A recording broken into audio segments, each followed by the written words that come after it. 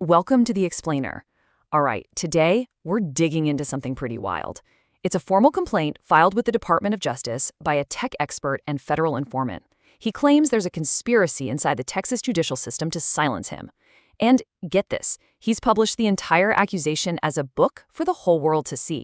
Okay, let's just dive right in. This whole story kicks off with a guy who is in some serious legal trouble. And we're not talking about a simple disagreement. According to these documents, it's a desperate, last-minute race against the clock to stay out of a prison cell. So that brings us to the big question, right? How does a guy like Reynaldo Aguiar Marcano, a former Google engineer, a recognized political refugee, and someone who says he's an informant for federal agencies, how does he end up on the brink of being thrown in jail by a state court in Texas? You can really feel the urgency in this quote. This is pulled directly from an emergency motion Marcano filed.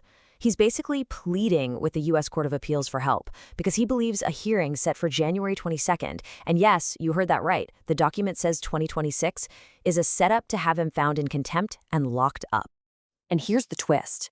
Marcano isn't just playing defense. He's completely flipped the script. He has gone on the offensive and filed a formal criminal complaint against the very judges and lawyers involved in his case. He's accusing them, point blank, of a conspiracy to violate his constitutional rights. So you gotta ask, right? Why would a group of legal professionals allegedly risk everything to conspire against him? Well, according to Marcano's complaint, the motive is pure retaliation. And it all circles back to a huge, secret database and a powerful international criminal organization. So who is this guy? Well, according to his own filings, his resume is pretty stacked. He's a former Google engineer who works with big data. On top of that, he's a recognized political refugee, and he claims to be an active confidential informant for both the IRS and the DEA. He says this whole saga started when he somehow got his hands on a massive database that was accidentally leaked from Venezuelan intelligence. This data, he claims, exposes a huge network of corruption and financial crimes, all connected to some very, very powerful people. And the main target of his whistleblower work is supposedly this group called El Cartel de los Soles. He alleges that he's using the intelligence from that leaked database to expose the leadership of this incredibly powerful transnational criminal group. Okay, so this brings us to the most explosive part of his complaint, the specific accusations he's making against judges and lawyers right there in Texas. He's not just saying they're biased, he's claiming they're actively working together to shut him down. And here's the list. This is the lineup of people Marcano is pointing the finger at in his formal complaint to the DOJ. And look at the scope here. It goes from a local state court judge, Oscar Telfair III, who's presiding over his family law case, all the way up the ladder to 2 federal judges in the Southern District of Texas. He lays out this whole timeline to argue that every legal door is being slammed in his face, one by one. He claims they first cooked up a legally baseless or void order against him. Then he says the courts just refused to hear any of his motions.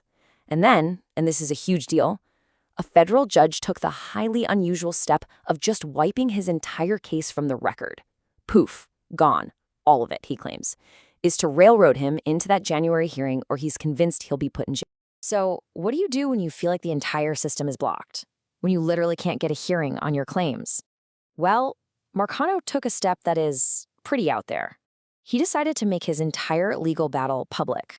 That's right, he didn't just file his complaint with the Department of Justice. In a move I've never seen before, he published the entire document as a book and got it an official ISBN.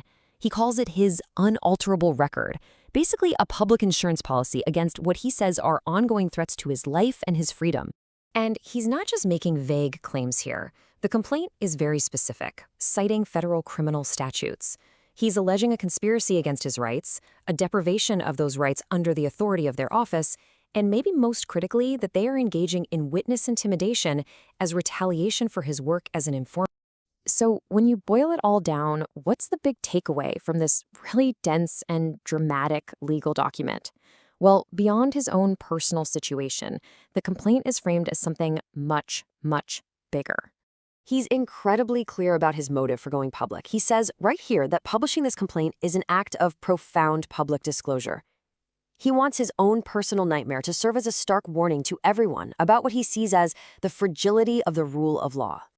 And ultimately, this whole complaint leaves us with this huge and frankly pretty unsettling question. When someone accuses the courts themselves of being used as weapons of retaliation, it forces you to ask, what happens when the very system designed to deliver justice is the one that's put on trial?